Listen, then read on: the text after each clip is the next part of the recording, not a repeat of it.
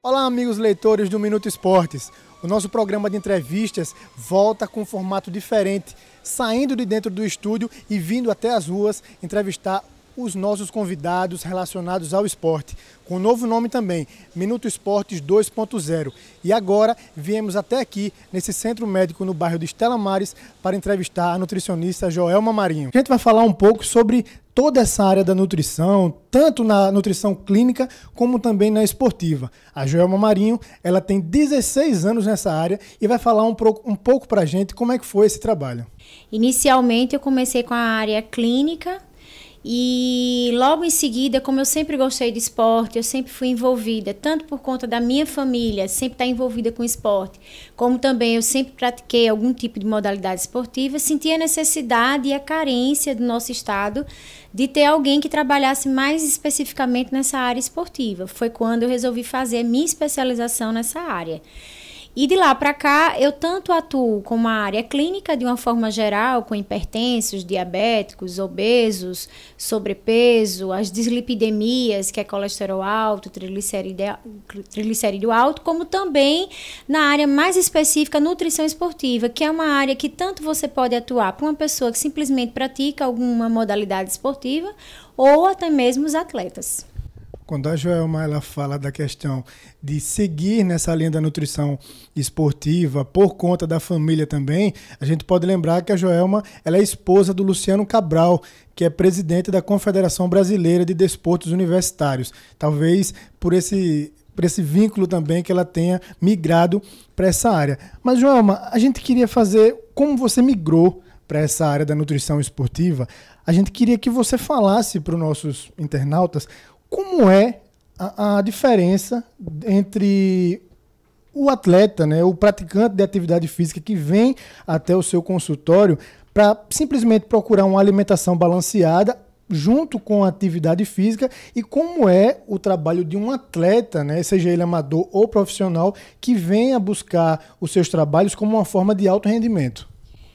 Existe realmente essa diferença, né? É importante que o nutricionista esteja atento a isso e as necessidades são bem diferenciadas. Se ele é atleta, sendo profissional ou amador, na verdade vai haver uma cadeia de profissionais que vai atuar com esse atleta, né? Normalmente é o educador físico ou preparador físico, técnico, dependendo da modalidade. Às vezes, muitas vezes, um médico do esporte, um fisioterapeuta e por que não falar também um psicólogo que trabalhe com essa área se for um atleta de equipe. O nutricionista ele vem somar. Justamente. Por quê? Porque ele vai melhorar as condições não só de treino, como de competição desse atleta, visualizando o quê? Melhorar índice, melhorar a recuperação pós-treino ou pós-competição. Então, a nutrição, ela consegue, através de um estudo bioquímico, a gente faz uma avaliação de todos os exames laboratoriais dessa pessoa, se está tudo em ordem, qual a necessidade de fazer uma suplementação, seja ela vitamínica ou proteína, ou qualquer um outro suplemento que venha somar. Já o praticante apenas de atividade física, aquele cara que faz uma corrida, uma vez ou outra, uma caminhada, ou até mesmo joga bola 2, 3 vezes por semana, ou então vai à academia, faz musculação, as necessidades são diferenciadas. Primeiro, ele não compete. Então, ele não vai precisar de índice, ele não vai precisar melhorar o tempo, enfim. O que ele quer e ele busca normalmente é estética, melhorar a parte estética é muito importante para essa pessoa que vem buscar o nutricionista esportivo, mas mesmo assim o nutricionista precisa focar que é importante, além da estética, a saúde. Então, a gente também avalia os exames antes de fazer qualquer suplementação ou qualquer indicação nutricional. É importante, no caso, o meu caso, a gente faz uma avaliação completa da composição corporal, percentual de gordura, massa muscular, metabolismo, a quantidade de água corporal e com isso a gente traça os objetivos. Bom, vamos lá, o seu objetivo qual é? Diminuir percentual de gordura, ganhar massa muscular. Tem gente que apenas diz, não, eu apenas quero melhorar minha alimentação para que ela fique compatível àquilo que eu faço. É esse o trabalho do nutricionista. Inclusive, a Joelma, ela por alguns serviços prestados à Confederação Brasileira de Desportos Universitários, ela já rodou vários cantos desse mundo e acompanha atletas profissionais, bem como aqui também no consultório. Como é esses resultados, de certa forma, imediatos que você tem acompanhado, tanto aqui no teu consultório, a nível local, como também a nível nacional, com esses atletas competindo por todo mundo? A nível nacional, a gente vem fazendo um trabalho, né, junto com a Confederação Brasileira. Eu iniciei com o judô, na realidade. Eu acompanhei alguns atletas de judô e comecei a fazer um trabalho e a gente começou a ter um resultado com isso. Por quê? Porque o atleta de luta, muitas vezes, deixa para perder peso muito no dia da competição ou na véspera, e isso diminui bastante o quê? O índice desse atleta, o rendimento desse atleta. Comecei a fazer um trabalho e o trabalho foi dando certo, foi até que eu recebi esse convite. Lá na confederação, a gente não atua individualmente, a gente atua, assim, por modalidade esportiva. Então, como são várias, futebol, ginástica, natação, handebol, desde esporte de modalidade individual como coletivo, a gente faz uma prospecção. O que seria isso? Faz uma avaliação geral deles e faz uma orientação para o grupo. Casos específicos, aí a gente faz suplementação individual e acompanha. Quando a gente viaja para outros países e que a comida ela é bem diferenciada, e esse é um grande desafio nosso, a gente faz uma pesquisa. Então, eu faço uma pesquisa do que seria, o que a gente vai encontrar lá, para fazer a orientação para aquele atleta. Por exemplo, aqui nós temos raízes, como batata doce, inhame, macaxeira. E lá, o que é que esse atleta vai encontrar para substituir essas raízes? Então, a gente faz esse estudo, e nesse estudo a gente faz uma prospecção, uma orientação para esses clientes, para esses pacientes ou atletas. No caso deles lá, a gente tem uma cartilha. Cada competição que a gente faz a nível internacional, a gente monta uma cartilha de orientação. Por exemplo, evite comer no ambulante, comida fora, procure hidratar, procure tomar bastante líquido nos intervalos, não passe muitas horas sem comer, e também a orientação específica de cada modalidade. Bom, para os atletas aqui a nível, né, de nosso estado, de Alagoas, eu tenho acompanhado alguns. E agora virou uma febre, assim, triatletismo, né, que tem alguns atletas, ou Ironman, né, pessoas que passam anos, assim, se preparando, como também já acompanhei atleta de MMA, judô, vôlei. Eu tenho atletas que são da seleção de vôlei daqui do estado, como também de alguns clubes daqui do estado, e a gente vem fazendo esse trabalho. Você falou também com relação ao trabalho com praticantes de atividade esportiva e também dos atletas profissionais.